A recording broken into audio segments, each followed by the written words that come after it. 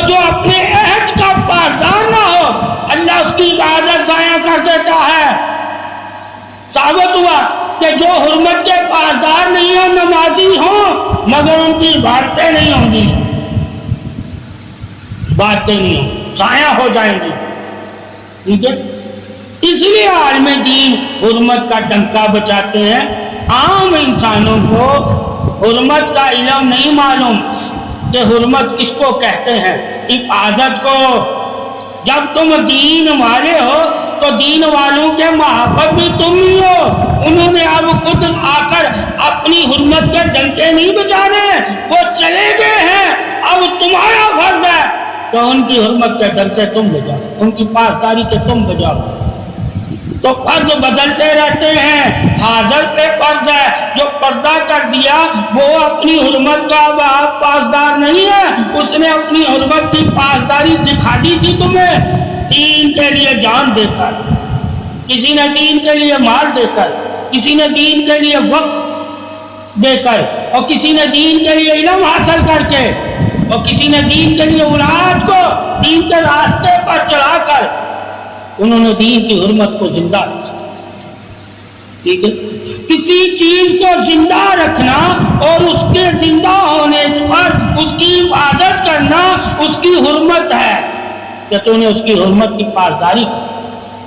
یعنی کہ تمہارا دین تمہارے دلوں میں تب تک ہی زندہ رہے گا جب تک اپنے دین کی حرمت کے لیے اپنی جان مال اولاد اور قربان کرنے کے لیے تیار ہوگے اور قربان کرو گے، ورنہ دین دنیا میں تمہارے دین کی حرمت سے لوگ منہ پھیر لیں گے اور تمہیں ذلیل اور رسوا کریں گے۔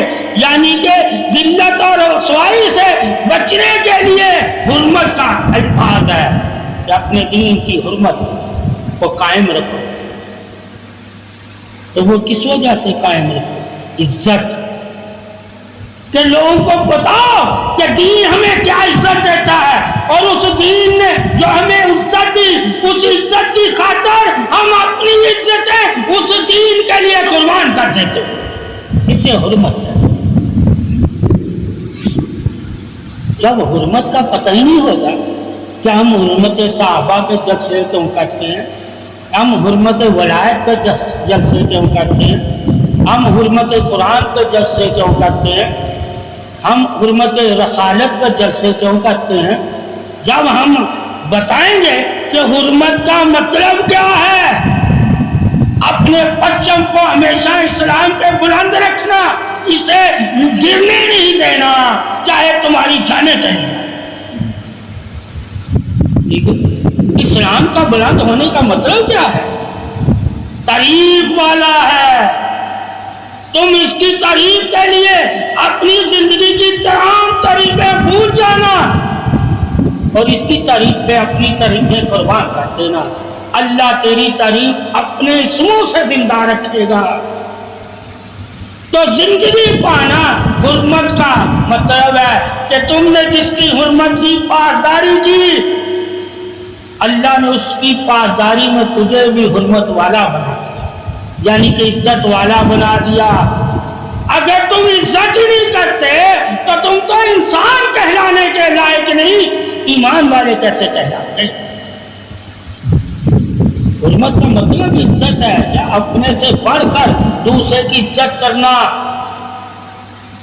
اور جب تمہیں اسلام کہتا ہے اپنے سے بڑھ کر صحابہ کرام اہل بیت اور محمد صلی اللہ علیہ وسلم کی عزت کرو، یعنی کہ محبت کرو، اور اس محبت میں نہ اپنی اولاد کو دیکھنا، نہ اپنے مال کو دیکھنا، نہ اپنی بیوی بچے، نہ جسم و جان کو دیکھنا۔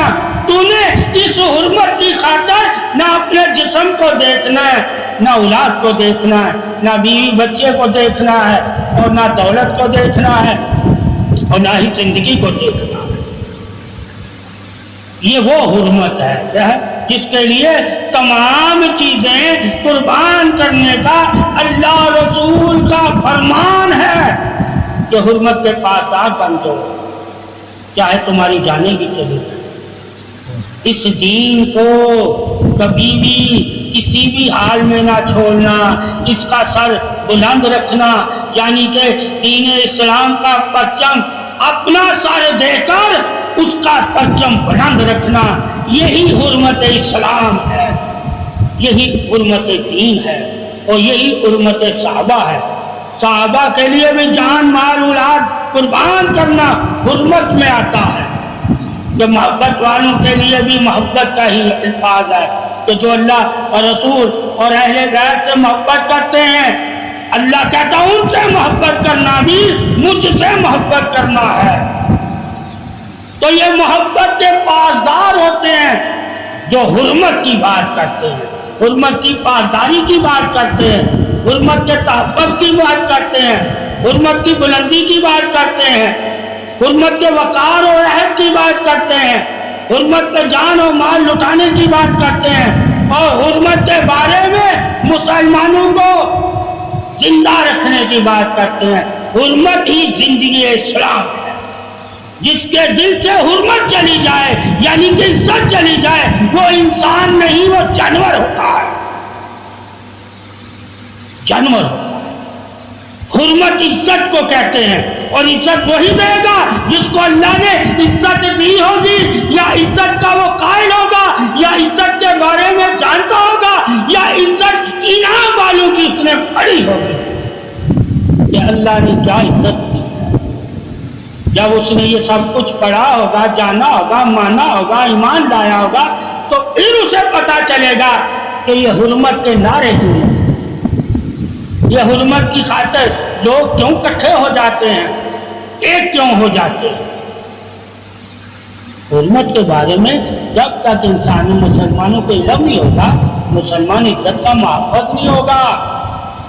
حرمت دین کی عزت کے محافظ ہونے کے لیے ہے کہ تم واقعی اگر محمد کے دین کو حق سمجھتے ہو، آپ صلی اللہ علیہ وسلم کے صحابہ کو حق سمجھتے ہو، اہل بیت کو حق سمجھتے ہو، رسالت کو حق سمجھتے ہو، تو حق کی خاطر ایک ہو کر حق کی عادت نہیں کرو، یعنی کہ حرمت کے پاسدار ہو۔ یہ جو حرمت ہے اس میں مطلب کیا ہے؟ عزت کا محافظ ہے، یعنی کہ مسلمان کی عزت کا محافظ ہے۔ اور جو مسلمان کو مسلمان ہونے پر اللہ نے شرف رکھا ہے وہ شرف پڑے۔ جب تیرا شرف یہ ہے حفاظت کرنا، تو تو اپنے بڑوں کی بھی حفاظت کرے گا۔ جب اپنے بڑوں کی حفاظت کرے گا تو لوگ تمہیں زندہ سمجھیں گے، لوگ تجھے زندہ سمجھیں گے۔ اس لیے صحابہ کی حرمت پہ بھی لوگ جان مال اٹھاتے ہیں، اہل بیت کی حرمت پہ بھی لوگ، ہاں حرمت میں ہم بٹے ہوئے ضرور ہیں مگر حرمت والے ہیں۔ کسی کے اندر صحابہ کی حرمت بہت زیادہ ہے، کسی کے اندر اہل بیت کی حرمت بہت زیادہ ہے، کسی کے اندر قرآن کی حرمت بہت زیادہ ہے، وہ اس کا محافظ ہو کے رہ رہا ہے۔ ٹھیک ہے، تو فاصلے سارے کر رہے ہیں مگر ہر محافظ کو ایک جگہ کھڑے ہوا نہیں تم دیکھ پا رہے، مگر اسے محبت تو دین کا دیکھ رہے ہو نا۔ ہر خیمے کے ساتھ وہ محبت بنا ہوا ہے۔ جب ہمارے خیمے اتنے ہو گئے ہیں کہ ایک خیمے سے عالم نکل رہا ہے، ایک خیمے سے ولی نکل رہا ہے، ایک خیمے سے صحابہ والی عظمت والے نکل رہے ہیں، ایک خیمے سے اہل بیت والے نکل رہے ہیں، ایک خیمے سے ولایت والے نکل رہے ہیں، تو ہر خیمے کی ہمیں حفاظت کا حکم ہے کہ ہر مسلک کی حفاظت کرنا تمہارا فرض ہے۔ جب بات عزت پہ آئے یعنی دین پہ آئے تب تم اپنے مسلک کی بات نہ کرنا، پھر حرمت رسالت، حرمت ولایت، حرمت اہل بیت اور حرمت صحابہ کی بات کرنا۔ ساری حرمتیں جو یہ ہے حرمت قرآن، اس کو ہر مسلک والا مانتا ہے، یعنی کہ صحابہ کی حرمت کا بھی کوئی مسلک گستاخ نہیں، اہل بیت کی حرمت کا بھی کوئی مسلک گستاخ نہیں، قرآن کی حرمت کا بھی کوئی مسلک گستاخ نہیں۔ ہاں کچھ بٹوے ہیں مگر وہ بھی سب پہ گستاخی نہیں لگاتے، چند لوگوں پہ گستاخی کے بٹوے لگاتے ہیں۔ ثابت ہوا کہ ان کی نظر میں بھی سب گستاخ نہیں ہیں، وہ بھی صحابہ کے ماننے والے ہیں، اسی طرح ولایت پہ بھی سب فتوے نہیں گستاخی کے لگاتے بتا کے لگاتے ہیں کہ ایسے لوگ ولی نہیں ہوتے جو نشہ کرتے ہوں، جو شرع سے ہٹے ہوں، شرع کے مخالف ہوں، نماز نہ پڑھتے ہوں، قرآن حدیث سے پاکی کا علم نہ دیتے ہوں، نہ جانتے ہوں، ایسے لوگوں پہ فتوی۔ مگر جن کے بارے میں اللہ کہتا ہے تو وہ میرے نشانیاں ہیں، ان کی حرمت کی پاسدار ہے۔ اسی لیے اللہ نے صالح علیہ السلام کے دور میں اونٹنی پہ ظلم کرنے والوں کو برباد کیا، حرمت تھی وہ اونٹنی اللہ کی، وہ حرمت کے پاسدار نہیں تھی، اللہ نے انہیں نیست اور نبوت کر دیا۔ ثابت ہوا جب مسلمان حرمت کا پاسدار نہیں ہوگا اللہ کا ان پہ عذاب آئے گا، عذاب آئے گا۔ تو حرمت کس کو کہتے ہیں؟ عزت کا محفوظ ہونا۔ جب ہم ایک دوسرے کی عزت کے محفوظ ہی نہیں رہیں گے تو ہم پہ عذاب آئیں گے۔ عذاب کیسے آئیں گے؟ اللہ کہتا ان قوموں کو تمہارے پہ غالب کر دوں گا جو ایمان نہیں رکھتی ہوں گی، ظالم ہوں گی، وہ تم پہ ظلم کریں گے، ظلم کی صورت میں تم پہ عذاب آئے گا،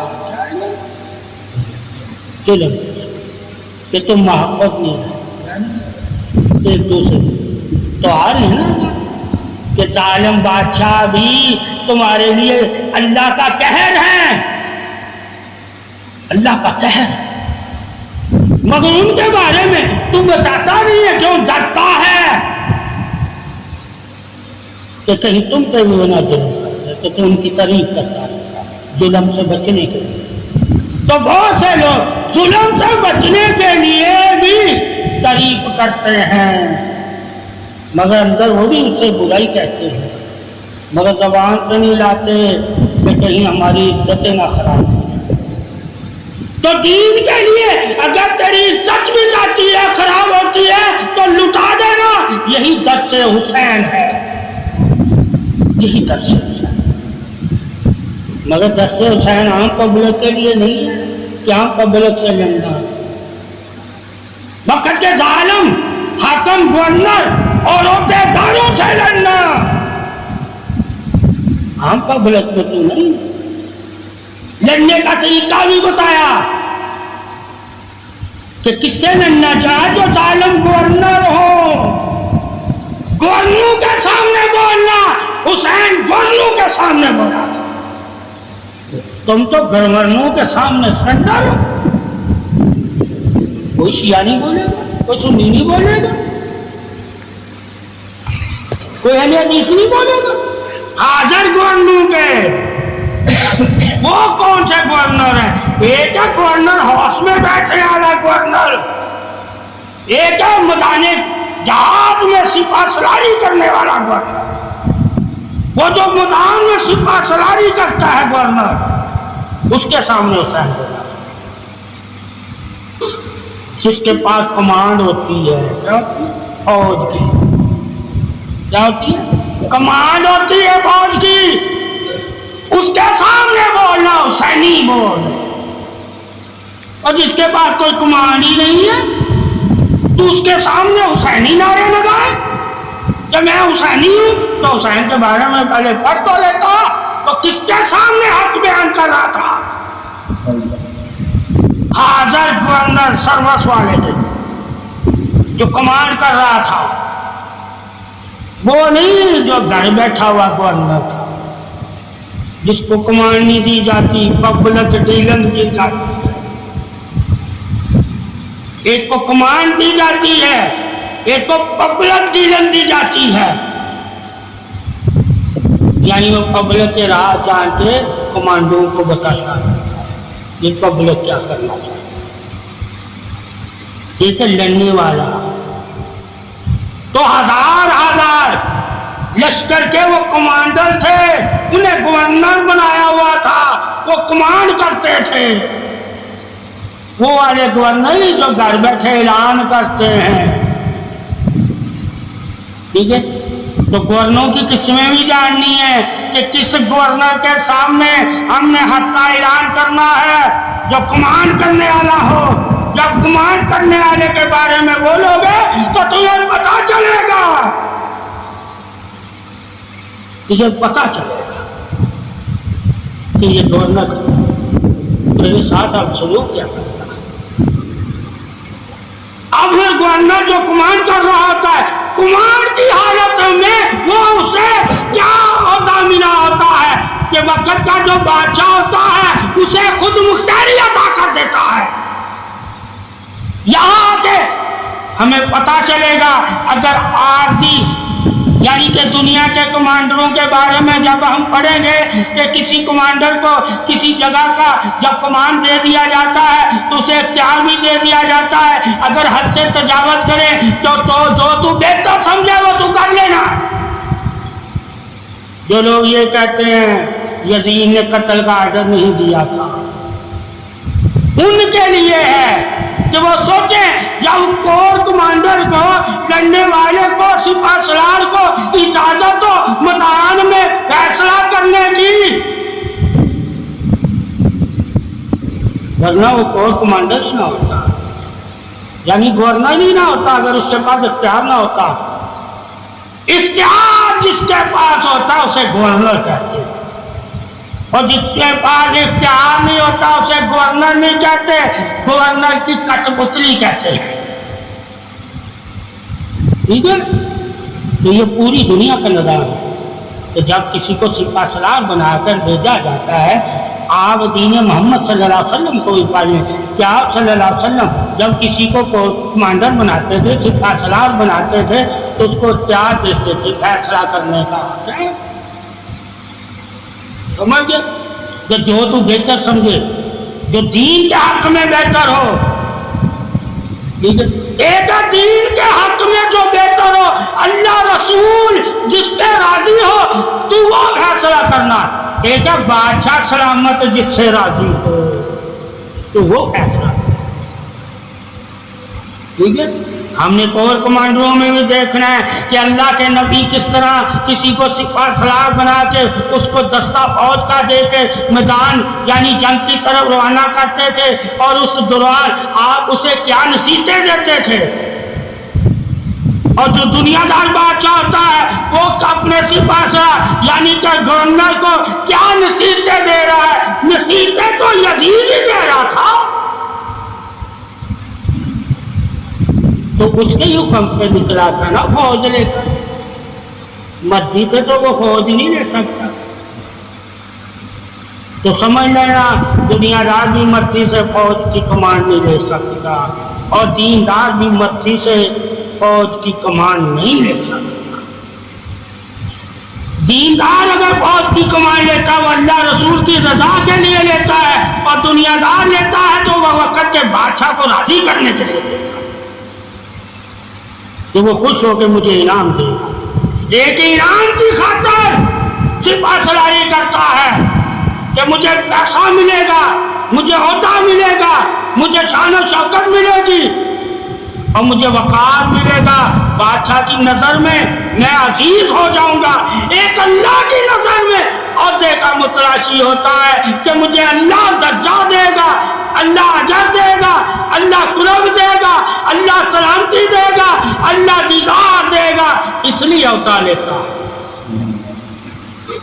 دونوں ہی حرمت کے ہی عہدے لے رہے ہیں، ایک اس حرمت کا عہدہ لے رہا ہے جو دنیا کی بادشاہی پہ قابض ہے، ظلم کر کے اس کی دفاع میں وہ لڑ رہا ہے، ایک اللہ رسول کی حرمت کے لیے لڑ رہا ہے، اس کے دفاع دونوں لڑ دفاع میں ہی رہے، مگر دونوں کا لڑنے کا دفاع ایک جیسا نہیں ہے، ایک وقت کے ظالم بادشاہ کے دفاع میں لڑ رہا ہے، اور ایک اللہ رسول کے حکم کی پاسداری کی دفاع میں لڑتا ہے۔ دفاع کرنا ہی حرمت ہے، دفاع کرنا ہی حرمت ہے کہ تم کس کا دفاع کر رہے ہو، یعنی کہ صحابہ کا دفاع کر رہے ہو تو تمہیں کہیں گے یہ صحابہ کی حرمت کا پاسدار ہے، اہل بیت کی عزت کا، وقار کا، محبت کا، نور کا دفاع کر رہے ہو تو یہ کہے گا اہل آپ کی حرمت کا پاسدار ہے۔ تو ثابت ہوا تم دفاع جس کا کرو گے اسی کی حرمت کے اوپر مرو گے، اسی کے لیے مرو گے۔ اس لیے جنہوں نے حسین کی حرمت کا پاسدار ہوئے وہ حسین کی خاطر شہید ہوئے، اور جو یزید کے حرمت کے پاسدار ہوئے وہ یزید کی خاطر جہنمی ہوئے۔ ان کو جہنمی کہتے ہو جو یزید کے لیے لڑے، اور یزید کو جنتی کہتے ہو؟ یہ بھی تو مسئلہ ہے۔ کون کس کی حرمت کے لیے لڑ رہا ہے؟ جس کی حرمت کے لیے لڑ رہا ہے یعنی کہ یزید کی خلافت کی حرمت کے لیے لڑ رہا ہے، جس کی سے خلافت نہ پوچھی، ہم اس کا دفاع کرتے ہیں، ہم چھیننے نہیں دیں، ایک اس کے لیے لڑ رہا ہے، ایک ہے رسالت کے لیے لڑ رہا ہے کہ ہم اپنے دین میں کوئی تبدیلی نہیں چاہتے اور رد و بدل نہیں چاہتے، کوئی دین میں خرابی نہیں چاہتے، ایک اس کے لیے لڑ رہا ہے، ایک اس کے لیے لڑ رہا ہے کہ ہم خرابی نہیں چاہتے، کس چیز میں؟ خلافت میں خرابی دونوں ہی نہیں چاہتے، مگر ایک ہی چاہت کیا ہے؟ خلافت میں خرابی نہیں چاہتے کہ کسی اور کو نہیں جائے جب فیصلہ ہو، ایک چاہتے ہیں ہم دین میں خرابی نہیں چاہتے، یہ دین میں خرابیاں نئی نئی بدعتیں پیدا کر رہا ہے، تو دونوں حرمت پہ لڑ رہے ہیں، کیا لڑ رہے ہیں؟ مگر دونوں کی حرمت ایک جیسی نہیں ہے، اس لیے کافر بھی اپنی حرمت کے لیے لڑتا ہے، وہ بھی اپنے مال جان اولاد کی عزت بچانے کے لیے لڑتا ہے، تو لڑتا وہ بھی تو حرمت کے لیے، مگر اس کا لڑنا کیا ہے؟ اگر وہ مارا گیا جہنمی، اور مسلمان کس کی حرمت کے لیے لڑ رہا ہے؟ اپنے مال جان اور حرمت، اپنی حرمت اپنی اولاد کی حرمت کے لیے نہیں لڑ رہا، وہ تو اپنی اولاد کو نبی اور نبی کے دین، قرآن اور صحابہ اور اہل بیت کی حرمت کے لیے قربان کر رہا ہوتا ہے، ایک قربان کر رہا ہوتا ہے حرمت پہ، اور ایک حرمت بچا رہا ہوتا ہے، یعنی اپنی اولاد کی حرمت، اپنی بیوی بچے کی حرمت، اپنے ملک کی حرمت، اپنے بادشاہ کی حرمت بچا رہا ہے، ایک حرمت بچا نہیں رہا، نہ اپنی جان کی، نہ اولاد کی، نہ اپنی دولت کی، وہ حرمت کو لٹا رہا ہے اور محمد اور خدا کے حکموں کی حرمت کو بچا رہا ہے۔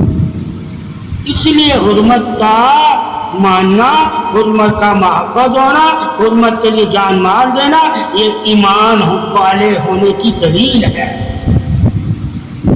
اگر رتی بھی اس کے اندر مان ہوگا وہ حرمت کا پاسدار ہے، مگر ان کو حرمت کے درس تو ہم پہلے دیں کہ حرمت کی زندگی کو کہتے ہیں، عزت کو کہتے ہیں، عہد کی پاسداری کو کہتے ہیں، وفا کو کہتے ہیں، محبت کو کہتے ہیں، سدا زندگی کو کہتے ہیں، اور حرمت اللہ کی غلامی کو کہتے ہیں، اور رسول کی اور صحابہ کی پیروی کو کہتے ہیں۔ جتنا صحابہ اکرام نے حرمت دین کے لیے اولاد مال جان قربان کیا، اسی طرح جب تم بھی کرو گے تو تم بھی ایمان والے ہو۔ اس لیے عالم دین حرمت کرتا رہتا ہے، تاکہ تمہیں پتہ چلے کہ حرمت ہی ہماری سلامتی ہے، حرمت ہی دین کی ہماری سلامتی ہے، پہچان ہے، فخر ہے، کامیابی ہے، عزت ہے، عبادت ہے، دوستی ہے، کہ ہم آپس میں ایک ہو جائیں گے جب ہم حرمت والے ہو جائیں گے، حرمت کے پاسدار ہو جائیں گے، کہ ایک دوسرے کی عزت کی پاسداری حرمت، جب ایک دوسرے کی عزت کی پاسداری حرمت، تو صحابہ کی عزت کیا ہے ہمارے دلوں میں، وہ ظاہر کرنی پڑے گی، اہل بیت کی عزت کیا ہے ہمارے دلوں میں، قرآن کی عزت کیا ہے ہمارے دلوں میں، ٹھیک ہے، پھر اللہ رسول کی عزت کیا ہے ہمارے، تو عزت کا محافظ ہونا حرمت والا ہونا ہے۔ حرمت والے وہی ہیں جو عزت کے محافظ ہیں، اور کس عزت کے؟ جو اللہ نے دی ہوئی ہے، جو اللہ نے دی ہوئی ہے۔ اگر اللہ کی دی ہوئی حرمت سے تم واقف ہی نہیں ہو تو تم بے قدرے ہو۔ جو بے قدرہ ہوتا ہے وہ حرمت والا نہیں ہوتا۔ اور جو قدر والا ہوتا ہے وہی حرمت والا ہوتا ہے، اور وہی حرمت کا محفوظ ہوتا ہے، اور وہی حرمت کا پاسدار